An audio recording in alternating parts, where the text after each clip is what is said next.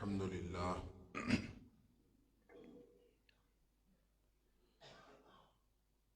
الحمد لله نحمده ونستعينه ونستغفره ونؤمن به ونتوكل عليه ونعوذ بالله من شرور أنفسنا ومن سيئات أعمالنا من يهده الله فلا مضل له ومن يضلل فلا هادي له وأشهد أن لا إله إلا الله وحده لا شريك له وأشهد أن محمدًا عبده ورسوله صلى الله أرسله بالحق بشيرا ونذيرا بين يدي الساعة فمن يطع الله ورسوله فقد رشد واهتدى ومن يعص الله ورسوله فقد ضل وغوى فإنه لا يضر إلا نفسه ولا يضر الله شيئا نسأل الله ربنا أن يجعلنا ممن يطيعه ويطيع رسوله ويتبع رضوانه ويجتنب سخطه فإنما نحن به وله أما بعد فإن خير الحديث كتاب الله وخير الهدي هدي محمد صلى الله عليه وآله وسلم وشر الأمور محدثاتها وكل محدثة بدعة وكل بدعة ضلالة وكل ضلالة في النار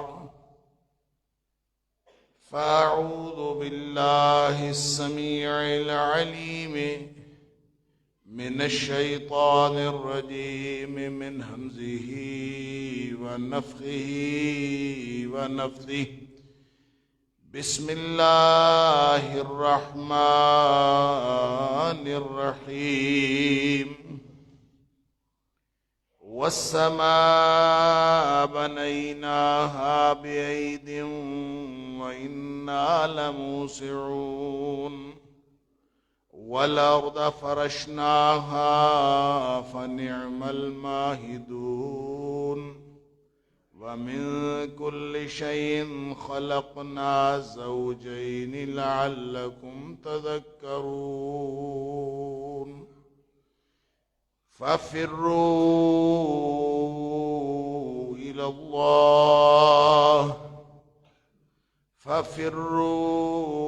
إلى الله إني لكم منه نذير مبين اور آسمان کو ہم نے ہی بنایا ہے اپنے ہاتھوں سے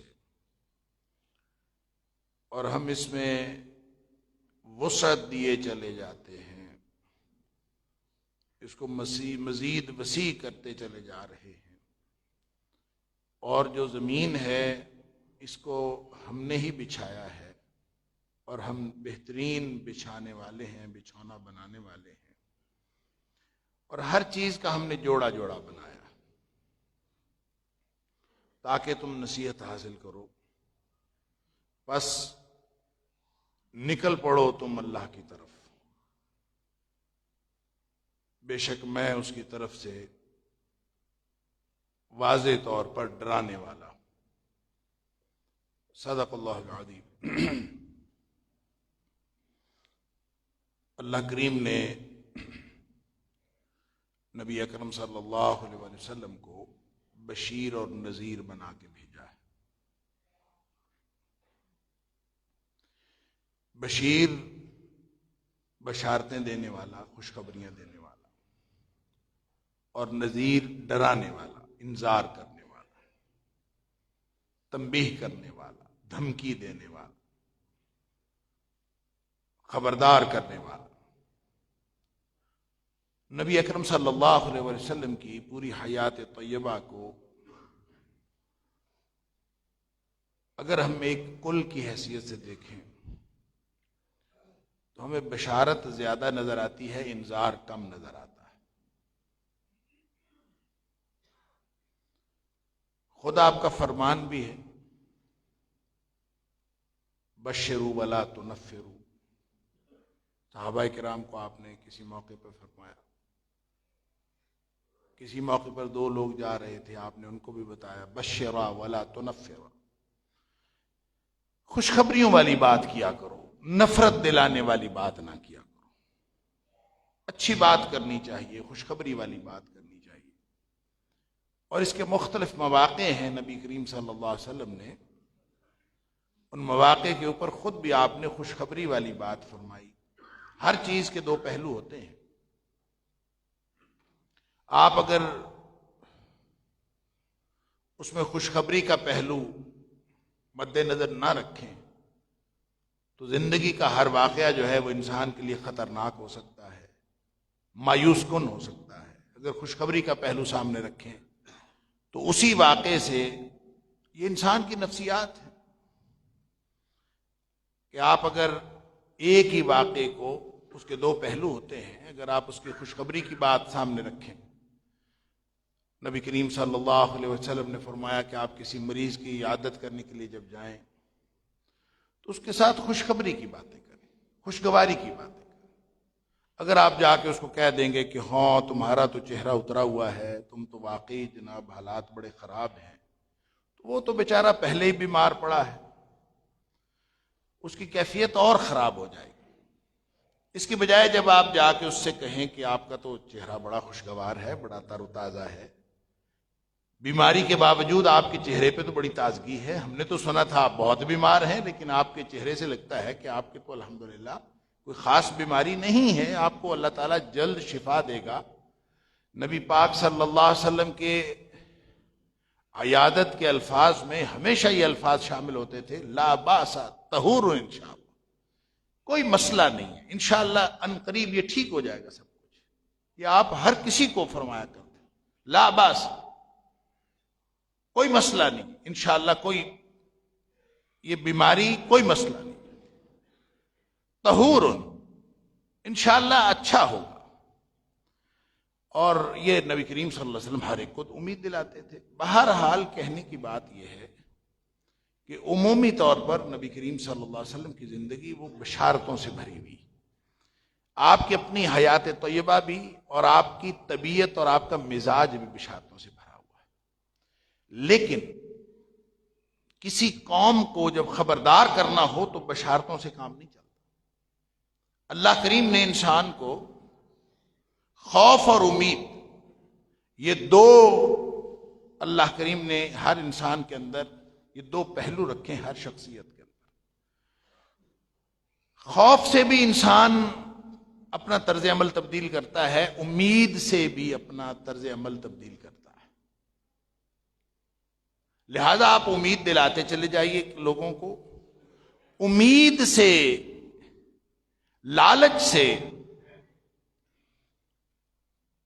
بالعموم انسان اپنا طرز عمل تبدیل نہیں کرتا، اور اگر تبدیل کرتا بھی ہے تو وہ بہت ہی مختصر وقت کے لیے کرتا ہے، اور اس کے واپس آنے کے امکانات پھر بھی باقی ہوتے ہیں کہ وہ اپنا جو طرز عمل ہے وہ مستقل طور پر نہ چھوڑے۔ جب آپ نے کسی کو راستہ تبدیل کروانا ہو، اس کے طرز زندگی کو تبدیل کرنا ہو، اس کے زندگی کے مقاصد کو تبدیل کرنا ہو، یہ سوال، یہ زندگی کا سب سے بڑا سوال ہے۔ زندگی کا سب سے بڑا سوال یہ ہے کہ آپ کسی سے پوچھیں، وہ آپ سے پوچھے آپ کا مقصد زندگی کیا ہے۔ ہمیشہ اس سوال کو آپ ذہنوں میں رکھیں، اپنے آپ کو اس کا جواب دیں، آپ کی زندگی کا مقصد کیا ہے؟ زندگی کیوں گزار رہے ہیں؟ زندگی اگر کاروبار کرنے کے لیے گزار رہے ہیں، زندگی اگر نوکری کرنے کے لیے گزار رہے ہیں، تو اس کا مطلب ہے ہم تو رزق روزی کمانے کے لیے زندگی گزار رہے ہیں۔ اگر رزق روزی کمانا زندگی ہے تو یہ تو جانور بھی کر رہے ہیں، تو پھر تو انسان اور جانوروں میں کوئی فرق نہ رہا۔ اللہ اکبر!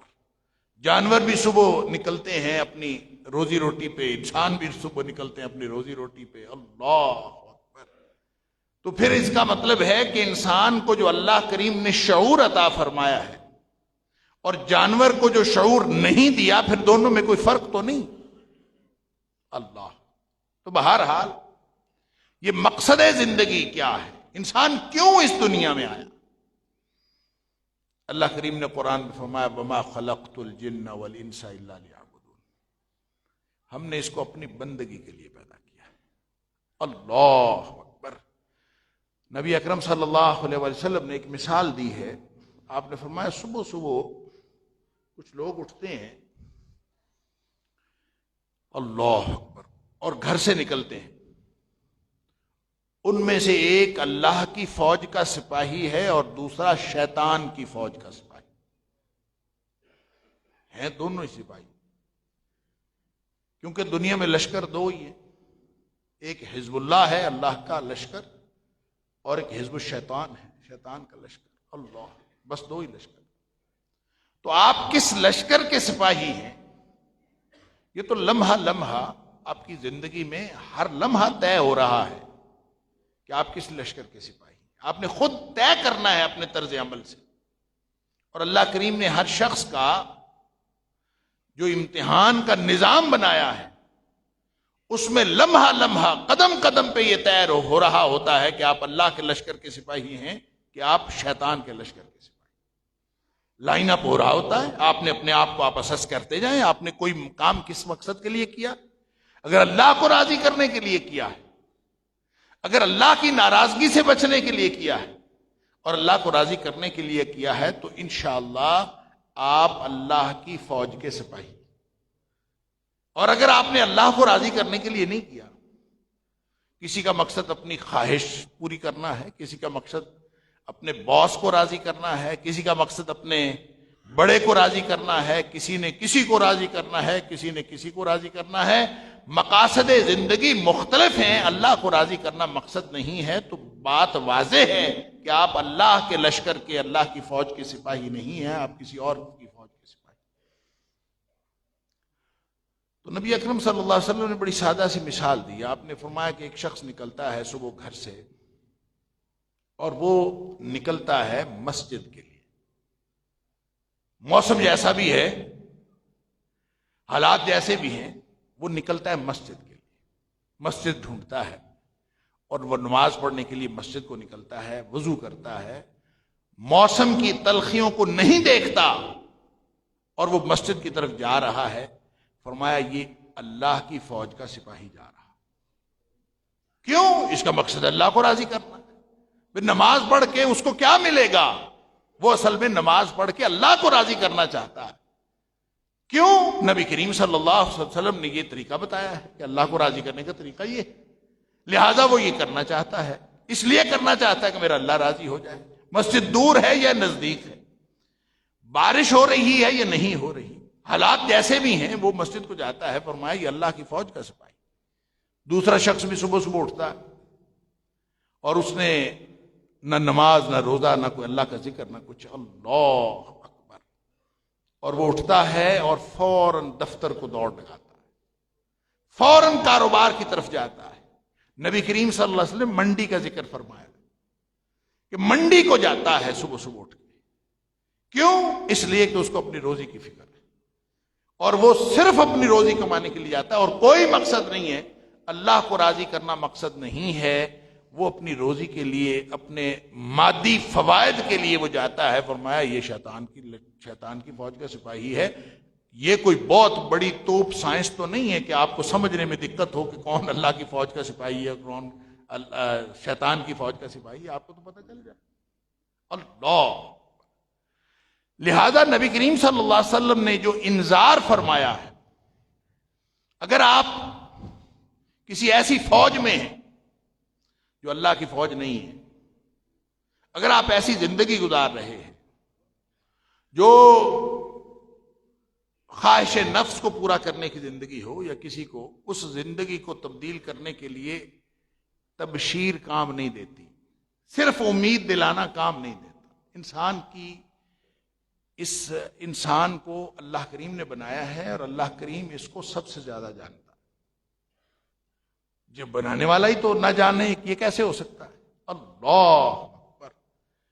جو الا یعلم من خلق، اللہ فرماتا ہے جس نے پیدا کیا، کیا وہ ہی نہیں جانتا اس کو؟ الا یعلم من خلق۔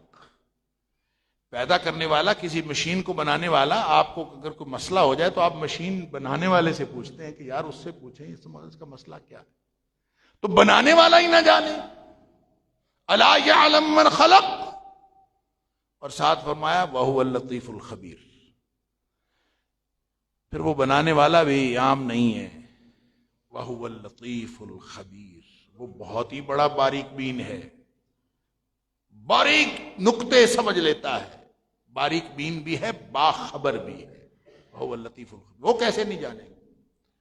اس کو معلوم ہے کہ اس کو اگر تبدیل کرنا ہے، چلتے رستے سے بدلنا ہے، تو یہ صرف یہ بات کہہ دینا کہ جناب جس رستے پہ تم جا رہے ہو اس سے بہتر رستہ تمہیں میں دکھاؤں، یہ کہہ دینا اس کے لیے کارآمد نہیں ہے، وہ جانتا۔ لہذا نبی اکرم صلی اللہ علیہ وآلہ وسلم کو جو مشن کے آغاز کی پہلی وحی آئی تو فرمایا یا ایھا المدثر قم فانذر، اے حبیب صلی اللہ علیہ وسلم، اے کمبلی اوڑھنے والے، اٹھو، نکلو، فانذر، اور ڈرانا شروع کر۔ معاملہ انذار کا ہے، اور جب تک آپ کسی کو ڈرائیں گے نہیں نا، انسان اپنا طرز عمل چھوڑتا نہیں۔ جتنا زیادہ ڈر کے چھوڑتا ہے، وہ امید آپ دلاتے چلے جائیں، وہ کوئی نہیں چھوڑتا۔ آپ اگر کسی کو امید دلائیں کہ جناب آپ جس مسجد میں جمعہ پڑھنے جا رہے ہیں اس سے زیادہ اچھی مسجد میں آپ کو دکھاتا ہوں، آپ اس مسجد میں چلے، آدمی کہتا ہے کہ کیا میں ایسے خام خواب ایک مزید فاصلہ طے کروں، جس مسجد میں پڑھتا ہوں ادھر ہی ٹھیک۔ آپ اس کو سمجھاتے جائیں کہ جناب وہاں تو جس مسجد میں کہہ رہا ہوں وہاں پہ بڑے خوبصورت نقش و نگار ہیں، بڑے خوبصورت کارپیٹس ہیں، بڑی خوبصورت مسجد ہے، بہت ہی اعلیٰ۔ آپ کتنے کی اس کو تبشیر کریں گے، کتنے کی امید دلائیں گے؟ آپ کہیں جی وہاں دودھ سوڈا بھی ملتا ہے، وہاں ساتھ چائے بھی ملتی ہے، وہاں یہ بھی ملتا ہے، فلاں بھی ملتا ہے، یہ ساری چیزیں جتنی بھی ہے، ساتھ کھانا بھی ملتا ہے، جناب دیگ بریانی کی بنتی ہے وہاں۔ آپ جتنی بھی اس کو لالچ دیں گے، ہو سکتا ہے کہ اس کو یہ لالچ یا یہ امید جو ہے وہ اس کو اس طرف لے جائے، ہو سکتا ہے، لیکن یقینی بات نہیں ہے۔ اور اگر آپ اس کو انذار کا رستہ اختیار کریں، آپ کہیں کہ بھائی جس مسجد میں تم جا رہے ہو وہاں تو آج پولیس کھڑی ہوئی ہے، سب کو گرفتار کر لے۔ آپ کہیں کہ جس مسجد میں تم جا رہے ہو اس کی تو چھت ہی کمزور ہے، آج گر جائے گی، سب نے اللہ کے پاس پہنچ جانا۔ کوئی ایسا خطرہ، آپ کہیں جہاں جس مسجد میں تم جا رہے ہو اس میں تو اس کے تو فرش کمزور ہے، نیچے سے اس کے ایک نالا گزرتا ہے اور کسی بھی وقت وہ چھت گر سکتی ہے، آپ اس کو ڈرا دیں، پھر اس کے بعد آپ کو بتانے کی ضرورت نہیں ہے کہ کس مسجد میں جانا ہے، وہ خود ڈھونڈے گا۔ کوئی چھوٹی مسجد بھی بتا دینا آپ، وہ کہے گا چھوڑو یار اس مسجد میں کیا جانا ہے، جس مسجد نے ویسے ہی خطرہ ہے جس مسجد میں۔ اللہ، تو نبی اکرم صلی اللہ علیہ وآلہ وسلم خطرے سے خبردار کرنے کے لیے تشریف لائے. نبی پاک صلی اللہ علیہ وآلہ وسلم صرف بشارتیں دینے کے لیے تشریف نہیں لائے, آپ خطرے سے خبردار کرنے کے لیے تشریف لائے. اور یہ آیت جو ہم گزشتہ 2-3 جمعات سے اس کو سمجھنے کی کوشش کر رہے ہیں, فرمایا فَفِرُّوا إِلَى اللَّهِ إِنِّي لَكُمْ مِنْهُ نَذِيرٌ مُبِينٌ. تم اللہ کی طرف دوڑو, میں اللہ کی طرف سے واضح طور پر ڈرانے والا ہوں. اور ڈرانے والے کے ڈر سے اگر ہم ڈر گئے ہیں, ڈرانے والے نے تو ڈرا دیا, وہ اس دنیا سے تشریف لے گئے, اور اگر ہم ڈر گئے ہیں تو ایک شخص نہیں ڈرا اور دوسرا شخص ڈر گیا ہے, تو دونوں کی طرز زندگی میں زمین آسمان کا فرق ہوتا ہے. آرام سے بندہ بیٹھ نہیں سکتا, پھر ڈرنے والا اور نہ ڈرنے والا دونوں ایک جیسے ہوتے نہیں ہیں. نبی پاک صلی اللہ علیہ وسلم نے تو اپنے کام کا آغاز اسی طرح کیا تھا. آپ نے فرمایا تھا کہ اگر میں کہوں کہ یہ جبل بو قبیس کے پیچھے لشکر چھپا ہے اور تھوڑی دیر بعد حملہ آور ہونے والا ہے, آپ کو معلوم ہے نا وہ جو آواز لگائی گئی تھی جب بلایا گیا تھا سب لوگوں کو اکٹھا کرنے کے لیے, جو کچھ کہا گیا تھا وہ آواز پتہ کیا تھی؟ یا صباحا, آواز یہ لگائی گئی تھی یا صباحا. یہ آواز ہی خطرے کی آواز تھی. یوں سمجھ لیجئے کہ کسی شہر کے اندر خطرے کا سائرن لگا ہوا ہو, اور وہ جو سائرن بولے تو سب لوگوں کو پتا ہے کہ خطرہ. تو یا صباحا یہ خطرے کا سائرن تھا, اس لیے کہ لشکر جو حملہ آور ہوا کرتے تھے عام طور پر وہ صبح کے وقت حملہ آور ہوتے تھے, اور یہ پریکٹس اتنی زیادہ تھی کہ صبح کا لفظ حملہ کرنے کے مترادف قرار پایا. لہذا یا صباحا کا معنی تھا کہ لوگوں متنبہ ہو جاؤ, لوگوں خبردار ہو جاؤ, کوئی لشکر حملہ کرنے والا. یا صباحا کا معنی یہ تھا. لہذا یہ خطرے کا سائرن بجایا گیا, ساری بستی کو بتایا گیا یا صباحا یا صباحا. لوگوں کو سمجھ آئی کہ خطرہ ہے, اور اس خطرے کے لیے لوگ اکٹھے ہوئے کوہ صفا پہ, صفا کی پہاڑی پہ اکٹھے ہوئے. تو وہاں نبی کریم صلی اللہ علیہ وسلم نے یہی فرمایا تھا کہ میں اگر کہوں کہ یہ جبل بو قبیس کے سامنے, جبل بو قبیس بہت بڑا پہاڑ ہے, میں اگر کہوں کہ اس کے پیچھے لشکر چھپا ہے اور ابھی تمہارے اوپر حملہ آور ہوگا تو تمہارا کیا خیال ہے؟ سب نے کہا کہ ہم مان جائیں. کیوں؟ اس لیے کہ ایک تو نبی کریم صلی اللہ علیہ وسلم نے ساری زندگی غلط بیانی نہیں کی, دوسرا یہ کہ خطرے سے خبردار کر رہے. تو پھر خطرے سے جب خبردار کیا جاتا ہے تو اس پر پھر بڑے بڑے سردار بھی آ جاتے ہیں, چھوٹے بھی آ جاتے ہیں, بڑے بھی آ جاتے ہیں, اس لیے کہ خطرہ تو پھر سب کو خطرہ ہوتا ہے نا, اس کے لیے سب آتے ہیں.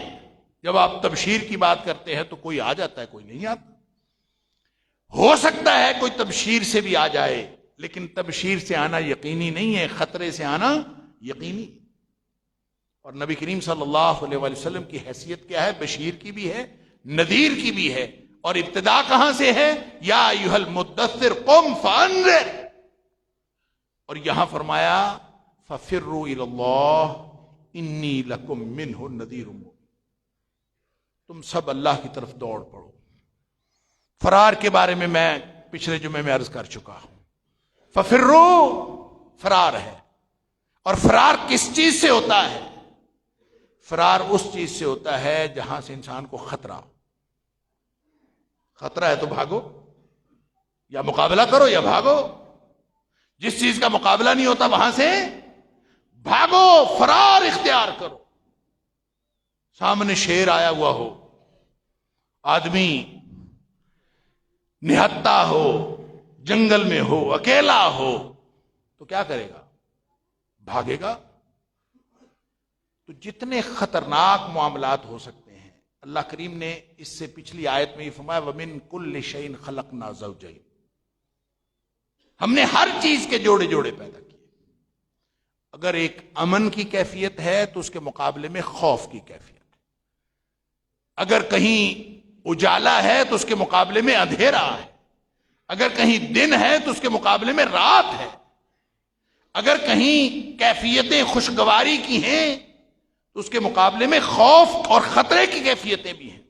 یہ سارا کچھ اللہ نے بنایا ہے، لہذا جب انسان کو خطرے کی کیفیت ہوتی ہے، جب انسان کو مایوسی کی کیفیت ہوتی ہے، انسان امید کے بجائے مایوس ہو جاتا ہے، پریشان ہو جاتا ہے، دنیا کے سارے جتنے اس کے پاس وسائل ہوتے ہیں، جتنے اسباب ہوتے ہیں، وہ سارے اسباب استعمال کر چکا ہوتا ہے، اور اس کو سمجھ یہ آتی ہے کہ میرے تو دکھوں کا مداوا اس دنیا میں ہے ہی کوئی، ساری دنیا میں سارے اسباب موجود ہیں، لیکن میرے دکھوں کا مداوا کرنے والا اللہ۔ اقبال نے اس کو کہا ہے کائنات کا ہولناک سکوت، یہ کائنات کی ایک ہولناک خاموشی ہے۔ اللہ اکبر، شور ہے دنیا میں، لیکن مظلوم کی آہ سننے والا کوئی نہیں، اور اس پوری کائنات میں سارے شور کے باوجود جب کسی کی آہ نہ سنی جا رہی ہو تو یہ شور نہیں ہے، یہ ہولناک سکوت ہے، یہ تو بہت ہی خوفناک قسم کی خاموشی ہے جس میں کسی مظلوم کی آہ نہ سنی جائے، مظلوم کی داد رسی کرنے والا کوئی نہ ہو، اس کی بات سننے والا کوئی نہ ہو، اور شور اتنا ہو کہ کان پڑی آواز سنائی نہ دیتی ہو، تو اس کا مطلب ہے کہ یہ کائنات اصل میں شور میں ڈوبی ہوئی نہیں ہے، یہ ہولناک سکوت میں ڈوبی ہوئی، اور اقبال کہتا ہے کہ یہ کائنات کا ہولناک سکوت ہے۔ اور پھر وہ اس ہولناک سکوت میں وہ دعا کو ڈیفائن کرتا ہے، دعا کو وہ کہتا ہے دعا کیا ہے؟ دعا دراصل ہے ہی اس طرز عمل کا نام کہ انسان کو کسی ایسی ہستی کا ادراک ہو جائے کہ ایک ہستی ہے کہ کائنات میں کوئی سننے والا نہ ہو، ساری کائنات بہری گونگی ہو جائے، وہ میری آواز سننے والا پھر بھی ہے۔ اللہ اکبر، جس نے اعلان کر رکھا ہے اجیب دعوت الداعی اذا دعان، تم پکارو تو صحیح، میں ہر پکارنے والے کی پکار کو سننے کے لیے تیار بیٹھا۔ اللہ، تو اس کائنات کے ہولناک سکوت میں جب خطرے ہی خطرے ہیں، مایوسیاں ہی مایوسیاں ہیں، تو پھر دوڑو نا، پھر دوڑو، ان خطرات سے بھاگو۔ اگر خطرات کا ادراک ہے تو پھر بھاگو، اگر خطرے کا ادراک نہیں ہے، بچے کو بچہ ہے چھوٹا بے سمجھ، اس کو نہیں پتا کالا ناگ بھی ہوگا نا اس کے پاس، وہ اس سے کھیل رہا ہوگا، اس کو نہیں پتا کہ اس میں کتنا خطرہ ہے۔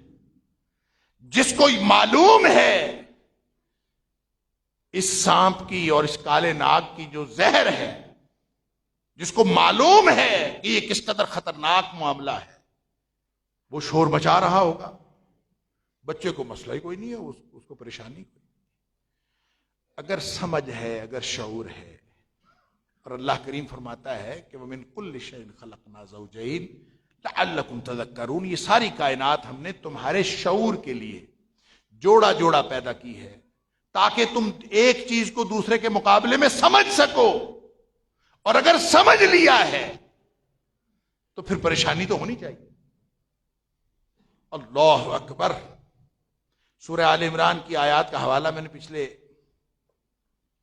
جمعے میں بھی دیا تھا کہ کائنات کو دیکھا، ان فی خلق السماوات والارض واختلاف اللیل والنہار لآیات لأولی الالباب الذین یذکرون اللہ قیاما وقعودا وعلی جنوبہم ویتفکرون فی خلق السماوات والارض،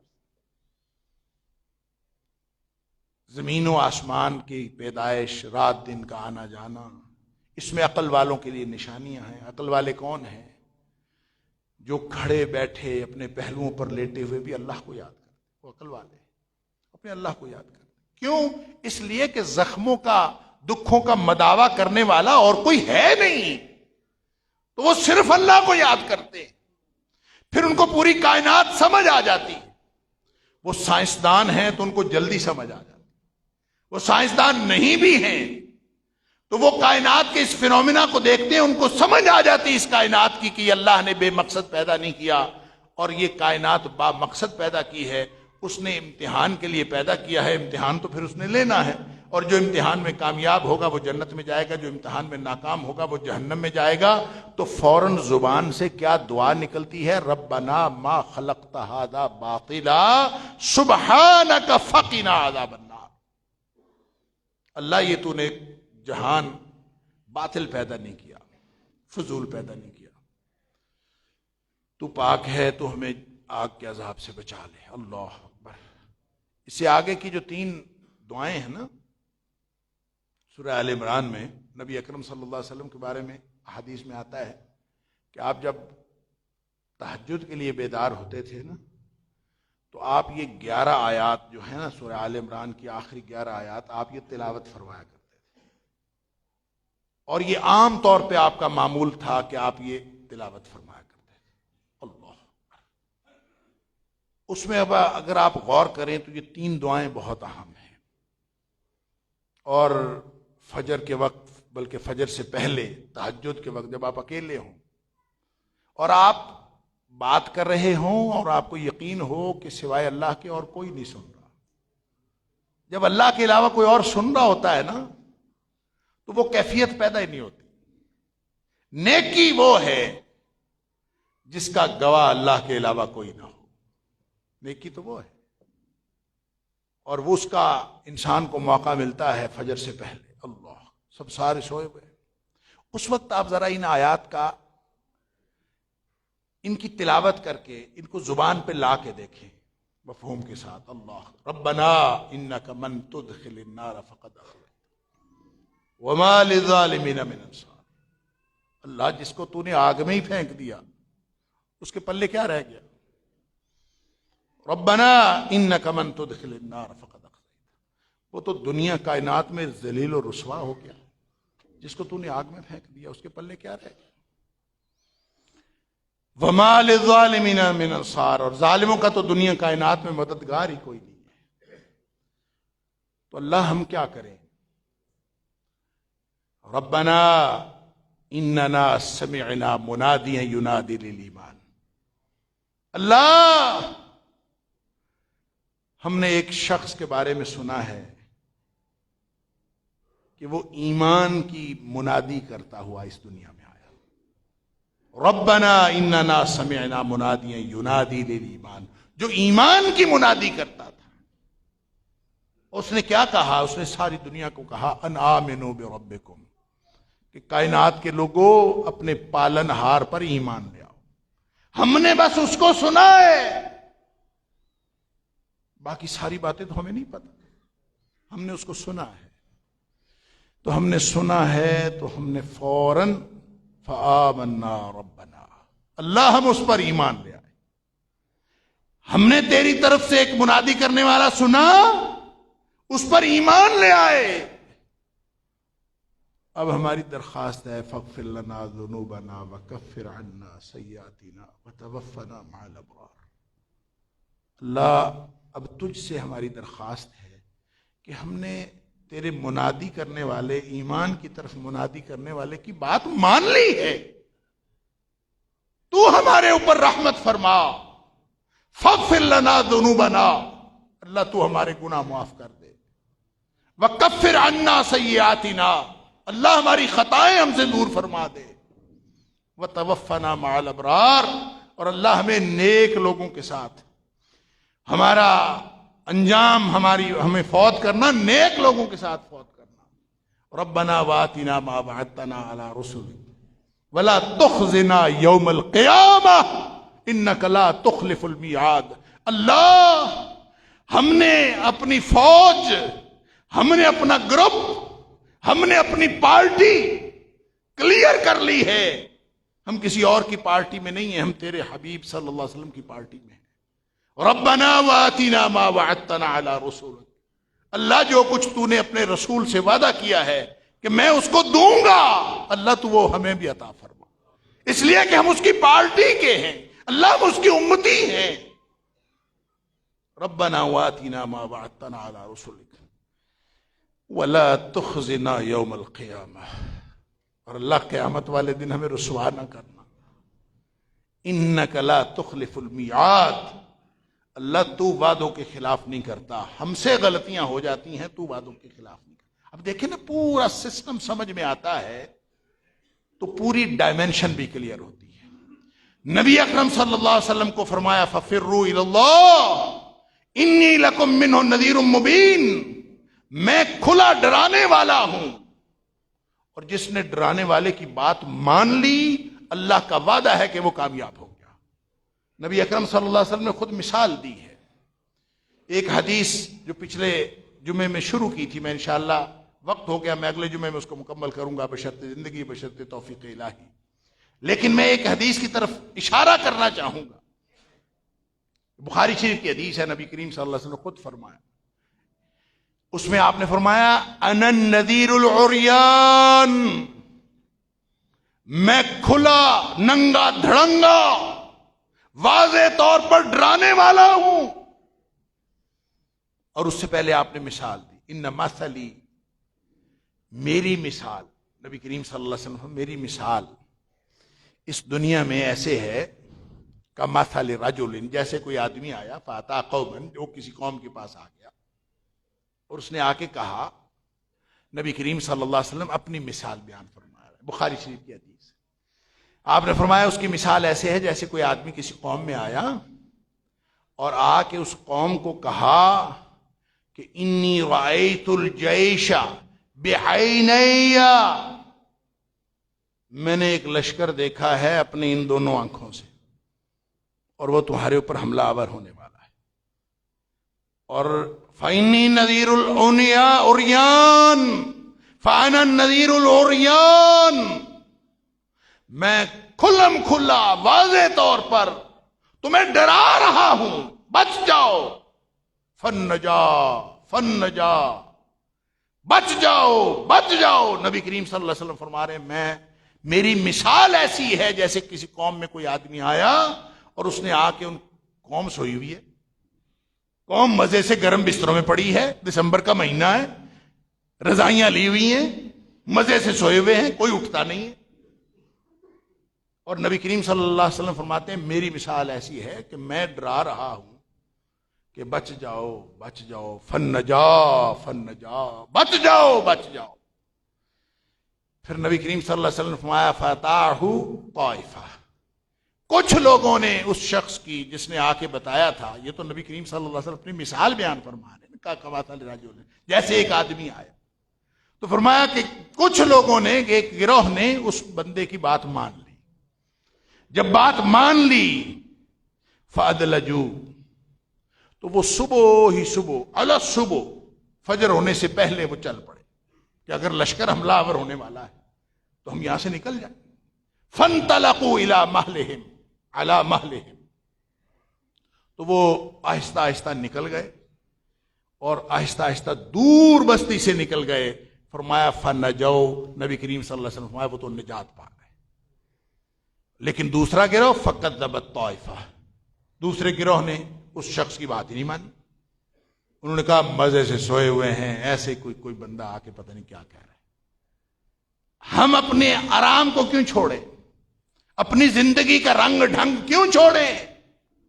وہاں کہ وہ پڑے رہے اپنی اپنی جگہوں پر، اپنے اپنے گھروں میں پڑے رہے. فاصبحوا مکانہم، اپنے گھروں میں پڑے رہے جیسے ہم پڑے ہیں. ہم دین سنتے ہیں، ہم اللہ کا قرآن سنتے ہیں، ہماری راتوں کی نیند حرام نہیں ہوتی، ہمارا چین خراب نہیں ہوتا، ہم دن رات نبی کریم صلی اللہ علیہ وسلم کی باتیں سنتے ہیں، ہمیں کچھ فرق نہیں پڑتا. فرمایا فاصبحوا مکانہم، اپنے اپنے گھروں میں پڑے رہے، سوئے رہے. تو کیا ہونا تھا؟